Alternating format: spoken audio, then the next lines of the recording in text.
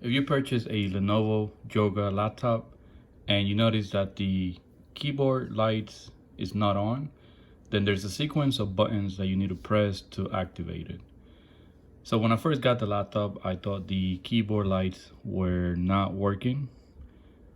And reading online and through the configuration manual that I had with the laptop, what you need to do to activate the lights on the keyboard is really quite simple.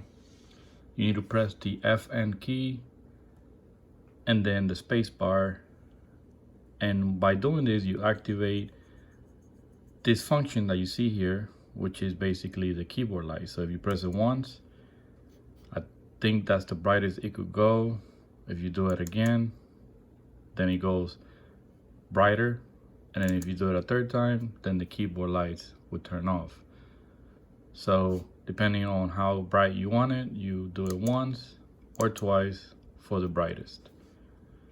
So I just wanted to make that simple tutorial because a lot of people were having issues online.